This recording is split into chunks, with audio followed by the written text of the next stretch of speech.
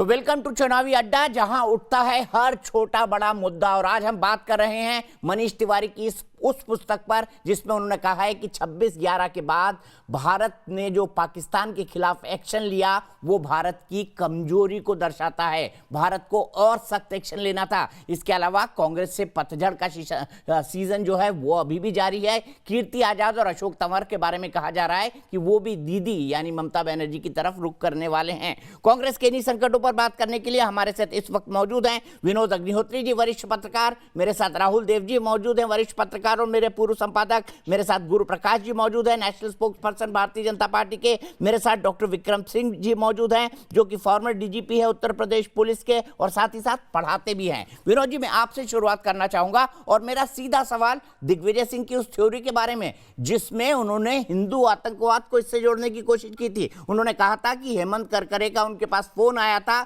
जिसमें संघ की तरफ से धमकी मिलने की बात कही थी। तो पाकिस्तान को तो क्लीन चिट देने की कोशिश की जा रही थी कांग्रेस के ये धड़े द्वारा। नहीं, देखिए उस समय कांग्रेस के भीतर भी दो तरह की बातचीत चल रही, दो धड़े थे। एक दिग्विजय सिंह जिनकी आप बात कर रहे हैं उनका बयान था, दूसरी तरफ पी चिदम्बरम और जो दूसरे लोग थे खुद मनमोहन सिंह और प्रणब मुखर्जी, ये लोग सीधे सीधे पाकिस्तान को जिम्मेदार ठहरा रहे थे।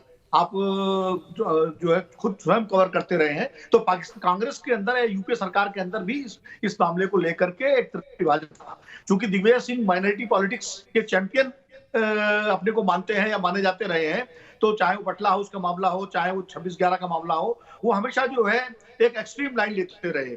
और दूसरी तरफ दूसरे जो कांग्रेस के नेता थे जो सत्ता सरकार में भी थे, सीनियर लीडर थे, वो उनकी राय से इत्तेफाक नहीं रखते थे। तो ये स्थिति थी। अब दिग्विजय सिंह ने किस आधार पर कहा, क्या कहा, इसकी सफाई तो वही दे सकते हैं, मैं नहीं दे सकता। लेकिन ये जरूर मैं जानता हूँ कांग्रेस के अंदर उस वक्त और यूपीए सरकार के अंदर जबरदस्त दुविधा थी। और सब एक और फैक्टर था जिसका हम लोग जो है जिसको हम लोग अनदेखा कर रहे हैं कि 2008 में ये हमला हुआ था और उस वक्त यूपीए सरकार जो थी वो लेफ्ट पार्टीज के समर्थन से भी चल रही थी। तो लेफ्ट पार्टीज का जो स्टैंड रहता है खास करके पाकिस्तान के मुद्दे पर या लड़ाई के मुद्दे पर, वो स्टैंड नहीं रहता जो कांग्रेस की परंपरागत नेतृत्व का या भारतीय जनता पार्टी का और दक्षिणपंथी पार्टियों का रहता है। तो वो भी एक कारण था। और मनमोहन सिंह का जो अपना एक व्यक्तित्व है, वो उस तरह के हार्ड लाइन प्राइम मिनिस्टर नहीं है थे जैसे इंदिरा गांधी है। पर विनोद जी, जहां तक मुझे याद है तब तक लेफ्ट पार्टियां बाहर हो चुकी थी सरकार से। उदाहरण मैं देता हूं कि संसद पर हमले के बाद वाजपेयी जी ने 8 महीने तक सेनाएं लगाए रखी थी सीमा पर, लेकिन पाकिस्तान पर हमला नहीं हुआ। संसद का हमला भी कोई मामूली घटना नहीं थी। 26/11 में बहुत ज्यादा जनहानि हुई थी, लेकिन संसद के हमले पर तो मानहानि भी हुई थी भारत की। ये भी देखना चाहिए। उस समय की भारतीय जनता पार्टी की सरकार, अडवाणी जी जैसा हॉट परस्यूट वाला आदमी जो है, नेता जो है, देश का गृह मंत्री थे वो। तो कहीं ना कहीं सरकारों की अपनी व्यवस्थाएं होती हैं, उनके आंतरिक, ठीक है। लेकिन मुझे जहां तक याद है जुलाई अगस्त में लेफ्ट पार्टियां सरकार से बाहर हो चुकी थी, उसके बाद ये हमला हुआ था।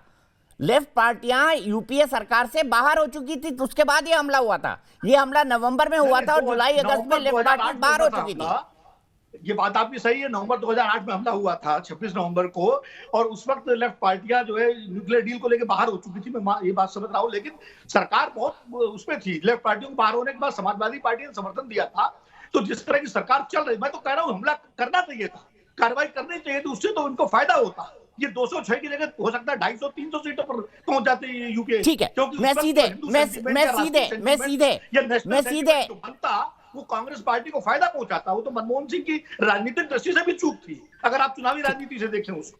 ठीक है, गुरु प्रकाश जी के पास चलता हूं। गुरु प्रकाश जी बताइए, क्या संसद हमले से पैरेलल ड्रॉ किया जा सकता है कि संसद हमले पर भी सेनाओं को सीमा पर खड़ा किया गया था, कोई हमला नहीं किया था, डिप्लोमेटिकली मामला निपटाया था, और ठीक उसी तरह डिप्लोमेटिक मामला 26/11 में भी निपटाया गया। तो इसमें तो भारतीय जनता पार्टी से भी सवाल बनता है।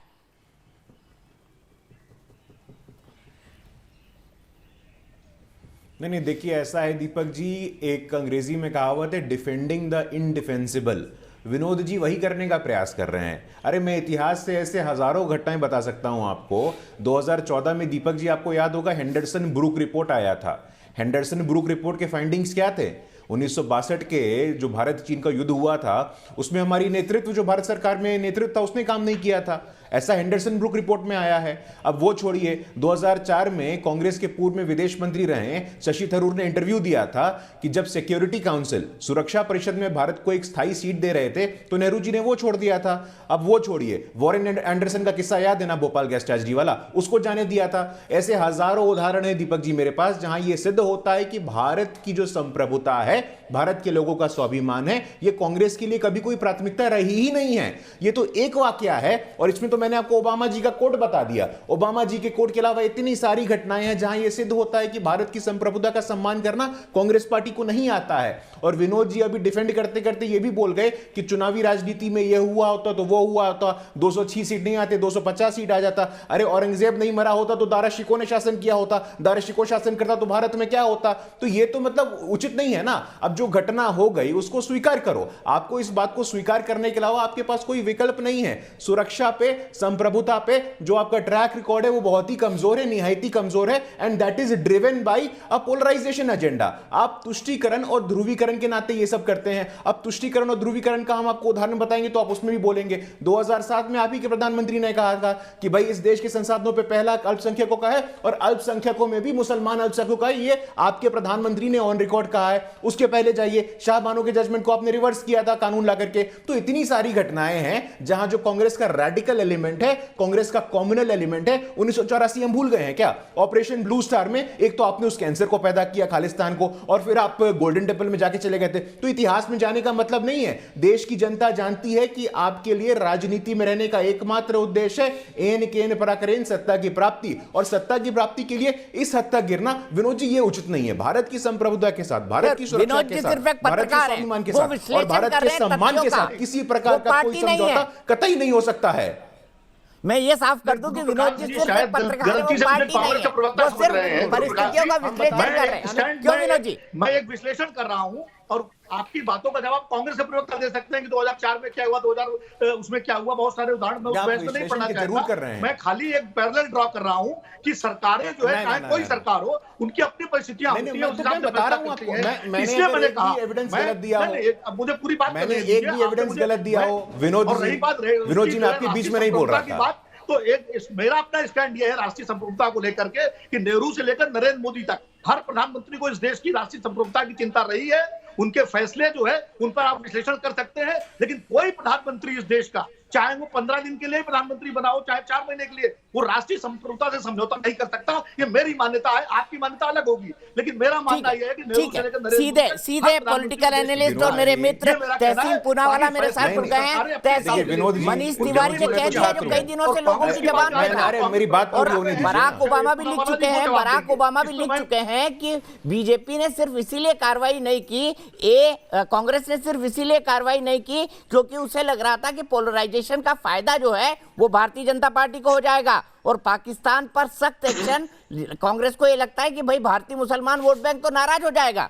ऐसे में मनीष तिवारी की बातें तो बिल्कुल सही लगती हैं कि सरकार ने बहुत ही ढीले ढंग से एक्शन लिया 26/11 के बाद।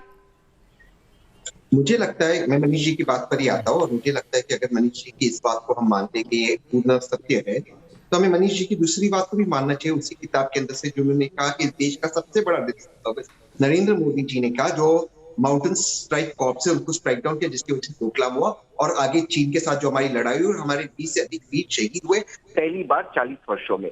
तो इसके जिम्मेदार सिर्फ और सिर्फ नरेंद्र मोदी जी है। मैं 26/11 की घटना पर आना चाहता हूँ।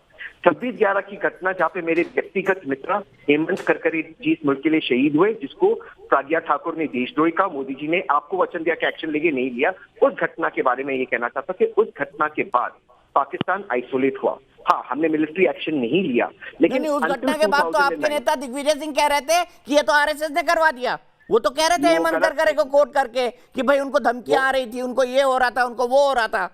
इसको तो हिंदू आतंकवाद से जोड़ने की भरपूर कोशिश हुई उस वक्त 26/11 का अटैक की। सवाल यह है कि 26/11 के अटैक में यूपीए की सरकार ने प्रूव किया, सिद्ध किया कि पाकिस्तान इसके पीछे, पाकिस्तान टेरर लिस्ट पे आया, और 2009 तक, 2008-2009 तक परचेसिंग पावर पाकिस्तान के सिटीजन का भारत के सिटीजन से आगे था। और 2014 जब सरदार मनमोहन सिंह जी अपने गद्दी छोड़े, तब भारत दुगना हो गया था और पाकिस्तान इकोनॉमिक क्राइसिस में चला गया था। ये अलग बात है कि मोदी जी के रेन में दोबारा से भारत पहली बार इकोनॉमिक क्राइसिस में आया था। लेकिन मैं इस चीज पर दूसरा प्रश्न पूछना चाहता हूँ, नहीं, इससे कड़ी कार्रवाई का क्या संबंध है भाई इकोनॉमिक क्राइसिस का? तहसीम, मुझे बताइए, क्या डिसिसिव एक्शन नहीं होना था? क्योंकि ये सिर्फ मुंबई पर हमला नहीं था, ये पूरी दुनिया पर हमला था, क्योंकि अमेरिका, इजरायली, कई सारे देशों के सिटीजन इसमें मारे गए थे। जी, ये ठीक पूरी उसी दुनिया तरह पर जिस हमला तरह था। 9/11 था। जी, ये पूरी दुनिया पर हमला था। इस पर मिलिट्री एक्शन शायद होना चाहिए था, लेकिन ये नहीं है कि पाकिस्तान पनिश नहीं हुआ। मैंने आपको बताया पाकिस्तान किस तरह से पनिश हुआ। लेकिन मेरा आगे का सवाल ये है, अगर आप समझते कि हमने पाकिस्तान को पनिश नहीं किया, हालांकि इकोनॉमिकली पाकिस्तान आइसोलेट हो गया, देश बर्बाद हो गया इकोनॉमिकली और आइसोलेट हो गया दुनिया में, तो मेरा प्रश्न है, आईएसआई जिसने पठानकोट की घटना करी, उसे नरेंद्र मोदी जी ने भारत में क्यों कहा कि आप यहाँ आकर इन्वेस्टिगेट कीजिए? आईएसआई को भारत में क्यों बुलाया? तहसीम, आप शर्मल शेख भूल गए क्या, जिसमें हमने लिखा था कि यहाँ बलूचिस्तान में हम गड़बड़ कर रहे हैं? आप शर्मल शेख भूल गए क्या? ये भी मनमोहन सिंह जी के टाइम की बात थी। आपने क्रॉस बॉर्डर टेररिज्म हटवाया 2005 में भारत और पाकिस्तान के बीच में जो संधि हुई थी उसमें, जबकि पूरा झगड़ा Agra summit cross border terrorism शब्द पर छूटी थी। जी, और आगरा समिट में क्या हुआ था? वाजपेयी जी ने क्या अग्री कर दिया था? पीओके दे दिया था, ये अग्री कर दिया था कि वो इंटरनेशनल बॉर्डर हो जाएगा। पीओके का सौदा कर दिया था वाजपेयी जी ने। ये तो डॉक्यूमेंट बन गए थे। तो अरे जो समिट टूट गई उसमें आपने सौदा करवा दिया। क्योंकि अरे तर्क वितर्क की तरह दो ना मेरे मित्र, देने चले थे वो तो कश्मीर देने चले थे। तर्क की तरह दो ना, जो समिट टूट गई उसमें आपने सौदा करा दिया। सर, लेकिन मैं आपसे एक प्रश्न पूछता हूँ, आज पीओके ने चीन को वहां पर पोर्ट दिया है, चीन आज पीओके में है, हमारी धरती पर पीओके में। अगर मनमोहन सिंह जी से कोई गलती हुई, आज वो गलती दुगनी मोदी जी क्यों कर रहे हैं पाकिस्तान को लेकर और चीन को लेकर? इस सवाल का जवाब दीजिए। और मैं अपनी बात समाप्त करता हूं एक प्रश्न से, जिसका मैंने बार बार आपके चैनल पे जिक्र किया और वो सिद्ध हुआ है। सर, जब चीन हमारे देश में घुसपैठ कर रहा था लद्दाख के अंदर, 18 सैटेलाइट इमेजेस अमित शाह जी को भेजी गई थी कि चीन घुसपैठ कर रहा है। 19 रिपोर्टें गई वहां की बॉर्डर पेट्रोल फोर्सेज जो सीधे गृह मंत्री को रिपोर्ट करती है कि उनके घुसपैठ हो रहे। उसके बावजूद अमित शाह जी शाहीन बाग में इलेक्ट्रिसिटी काट रहे थे, उन्होंने इस पर कोई एक्शन नहीं लिया। जो लोग आज शहीद हुए, इसके जिम्मेदार नरेंद्र मोदी जी है या नहीं? अरुणाचल में 2 गांव बन गए, इसके जिम्मेदार नरेंद्र मोदी जी है या नहीं? नरेंद्र मोदी जी के मुख से चीन निकलता या नहीं निकलता? ये प्रश्न है। चलिए, क्या कोई बात नहीं, आपने नए मुद्दे उठाए हैं, लेकिन आज हम 26/11 पर मनीष तिवारी की बुक का विश्लेषण कर रहे हैं। डॉक्टर विक्रम सिंह, इतने समय तक पुलिस में रहने के बाद, सुरक्षा एजेंसियों से जुड़ने के बाद, क्या आपको लगता है कि हिंदू आतंकवाद या भगवा आतंकवाद शब्द जैसा कोई शब्द भारत में रहा होगा आतंक के स्तर पर, ऑर्गेनाइज्ड स्तर पर, जैसी थ्योरी यूपीए 1 और यूपीए 2 देती रही? देखिए दीपक जी, मुझे तो कभी कभी लगता है कि तोते और परियों की कहानी पढ़ लेने ज्यादा विश्वसनीय होगा बनिस्बत इस तरीके की बेबुनियाद और बेसिर पैर की बातें सुनना और करना। आदरणीय दिग्विजय सिंह साहब ने जो आरोप प्रत्यारोप लगाए थे और बाटला हाउस के बाद जो उनके वक्तव्य थे, मैं समझता हूं कि अगर कोई ट्रॉफी हो गैर जिम्मेदाराना बयानों की तो आदरणीय दिग्विजय सिंह साहब को मिलनी चाहिए थी। आप ये देख रहे, बड़ा आसान है हमारा राजनीतिक जो कहना हिंदू आतंकवाद। आप जरा किसी से तैयार कर लीजिए आईएसआईएस ने कितनी हत्याएं की हैं और तथाकथित हिंदू आतंकवादियों ने कितनी हत्याएं की हैं। एक श्रृंखला है, एक पूरा इतिहास और मानवता शर्मसार है एक के आतंकवादी घटना के ऊपर। और एक अगर अपवाद स्वरूप कहीं मॉब लिंचिंग हो गई है, उन इक्का दुक्का जो दहाई से सैकड़े में भी नहीं जाएगी, उसका मुकाबला किया जा रहा है आईएसआईएस से। ये तो हमारा दुर्भाग्य है कि इतना झूठ परोसो कि वो सच दिखाई पड़ने लगे।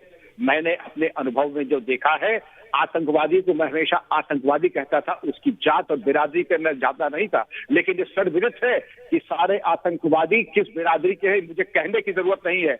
आतंकवादी कोई भी हो, उसका स्थान सलाह के पीछे है और पुलिस के ऊपर अगर आक्रमण करेगा तो पुलिस को जो ठीक है, मैं यहीं पर रुकूंगा। अफसोस राहुल जी, मैं दूसरी बार आपके पास नहीं आ पाऊंगा, मेरे पास वक्त की बहुत कमी है, मुझे तुरंत ब्रेक लेना है। लेकिन चलते चलते मैं आपको बता दूं, 8:30 बजे हम बहुत बड़े खुलासे के साथ मिलेंगे देश की बहस में। तब तक देखते रहिए न्यूज़ नेशन, क्योंकि यहां पर खबरों का सिलसिला कभी नहीं थमता।